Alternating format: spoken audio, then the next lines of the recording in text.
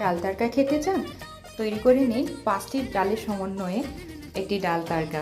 বসিয়ে দিলাম সিদ্ধ হতে, লবণ, হলুদ আর তেল দিয়ে সেদ্ধ হতে থাকবে। তার মধ্যে পেঁয়াজ, রসুন, আদা, টমেটো কুচি এবং ধনেপাতা কুচি, কাঁচামরিচ নিয়ে নিলাম। লাগছে জিরা ফোড়ন এবং হিং সবশেষে, এবং দেশি ঘিয়ের মধ্যে জিরা ফোড়ন দিয়ে ছেড়ে দিলাম আমার পেঁয়াজ, রসুন, আদা এবং টমেটো কুচি। সাথে দিলাম লবণ এবং ধনিয়ার গুঁড়া।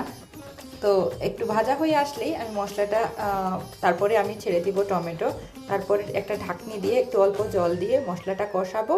সেই মশলাটার মধ্যে পরে ডালগুলা ছেড়ে দিব। সুস্বাদু ডাল তরকার মেইন এই ইনগ্রিডিয়েন্টগুলাই হচ্ছে একে সুস্বাদু করার। আর যে 5টি ডাল আমরা নিই সেগুলো হচ্ছে মুগ, মসুরি, অড়হর, মাসকালাই এবং হচ্ছে বুটের ডাল। সো এখানে হচ্ছে এই যে একটা প্রোটিনের মিক্সড কম্বিনেশন, সেটা আসলে সুপার ফুডের মতো কাজ করে। তো প্রতিদিন এই ডাল তরকা আপনার রুটির সাথে বা ভাতের সাথে রাখতে পারেন। আপনার খাবারটা জাস্ট জমেই যাবে।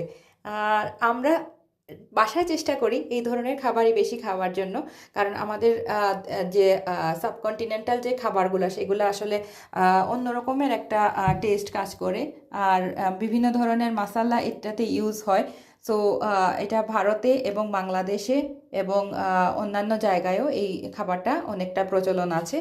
এখন হয়ে গেলেও আবার লাস্ট ফোড়নের জন্য ঘি দিয়ে দিলাম। এটার মধ্যে ছেড়ে দিব শুকনো মরিচ, হিং আর আমার একটু শুকনো মরিচটা ভাজা হয়ে আসলে জিরাটা 1 চামচ জিরা ছেড়ে হিং দিয়ে দিব। ব্যাস, আর কি লাগে, উপরে ছড়িয়ে দিলাম। আর এই তো রেডি হয়ে গেল সুস্বাদু ডাল তরকা। সাদা ভাত নিয়ে নিলাম, এটার সাথে ডাল তরকা অসাধারণ। রাত্রের খাবারটা জাস্ট জমেই গেল। আপনাদের জন্য খারাপ লাগছে, তবে ভিডিওটা ভালো লাগলে সাবস্ক্রাইব করে দিন আর বেল আইকন